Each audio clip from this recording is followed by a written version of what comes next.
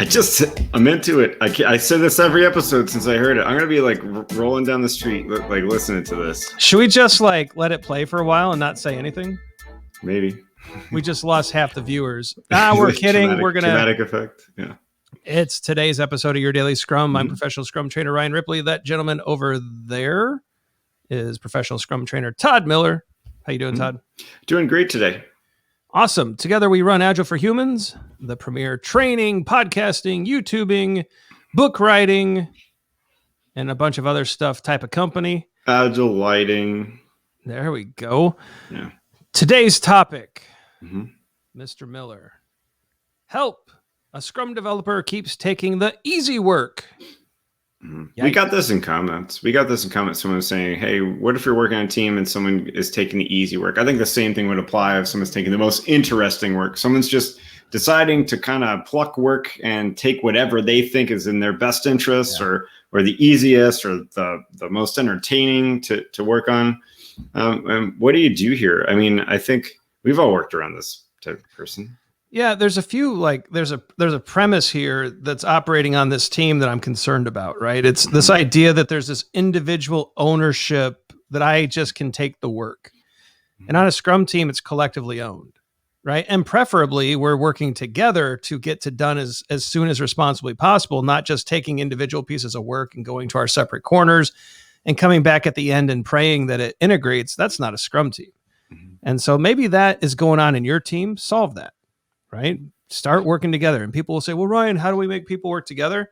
Only allow them to pull in one piece of work at a time. But Ryan, we have 8 people on a Scrum team. That's a lot. You're asking a lot of questions in one episode. However, they have to learn how to work together and support each other. It's a skill, Todd. And I know you know this. I'm not lecturing you, but it's definitely a skill that we're not taught. Like in school, if you and I were to work together on a test, what would happen? Yeah, we both fail and get suspended. They'd call us cheaters, right? Yeah. Then, And so this is a skill that sometimes teams need to learn. So maybe that's kind of at the root here. But what happens, Todd, if we do have a collaborative team and they're working together, but there is a developer who tends to swoop in and take the exciting work, the high profile work, the easy work, if they're super selective and not really supportive, what do we do then? So, we just recently did a whole week on the Scrum values, and I can't help but think of respect here. This seems to me to be a little bit disrespectful towards the rest of the team. Yeah. Is this person interested in being a collaborative teammate, or are they interested in being a hero? And if so, what's the underlying reason? There's a lot of reasons why people feel this way. Maybe there's something happening outside of work that's causing them to try to find something that makes them feel good. Right? Maybe they got a bad performance review last year and they're really trying to step their game up. Maybe performance reviews are the problem. Generally, when I've run into this type of behavior in people, there's a root cause or there's a root issue with it. And if I start asking the right questions, maybe even if I have a one-on-one conversation with the person, understand and have them talk about it, or if other developers are bringing it to me as a Scrum Master, then I'm telling other developers to go talk to them about it, right? Yeah. When this issue, when I've seen it, and it does happen quite a bit. It's not an uncommon thing.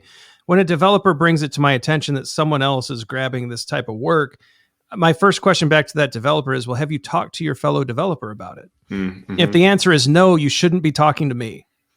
Right? Let's make sure developers, this is probably one of those easy conversations. Like, go talk to that person, see what's up, and you probably will get the context that you were mentioning, Todd.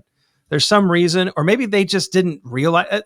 A lot of the time, I think we're oblivious to the sins that other people see in us. It's like, I had no clue I was upsetting you doing this. I'm really sorry.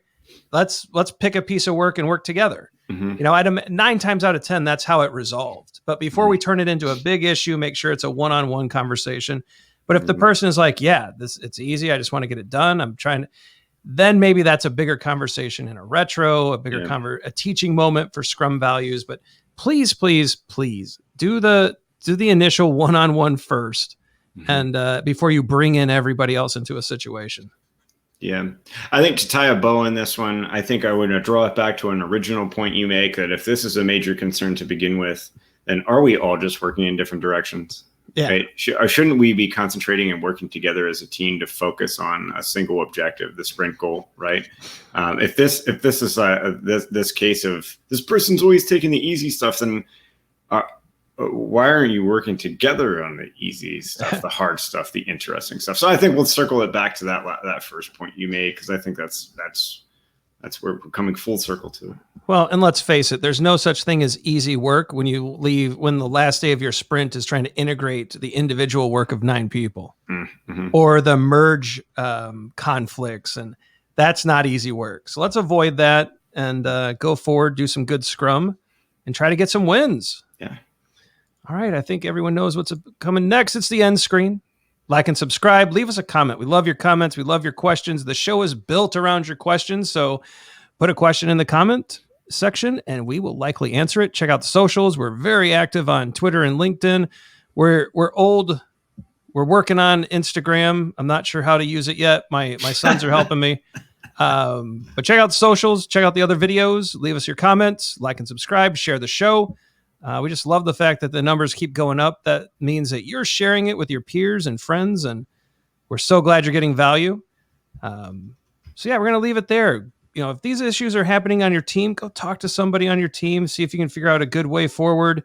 And maybe that will help you do a little better with your Scrum practices tomorrow. Speaking of tomorrow, it's the end of today's show. That's when we're going to see you next. So for Todd Miller, I'm Ryan Ripley. Go out, have a great day. See you tomorrow. Later.